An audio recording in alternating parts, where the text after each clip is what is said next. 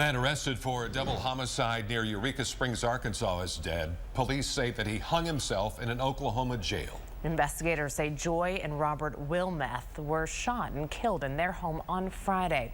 Law enforcement realized that Joy's son, 56-year-old Travis McConnell, was missing along with Robert's truck. McConnell was found with his stepfather's truck in Oklahoma and was arrested, but before he could be sent back to Arkansas, authorities say that he took his own life last night in his cell. The Carroll County Sheriff says the investigation into what happened continues and why. He was also accused of hitting a woman with the truck and shooting at her in Lawrence County last week. Also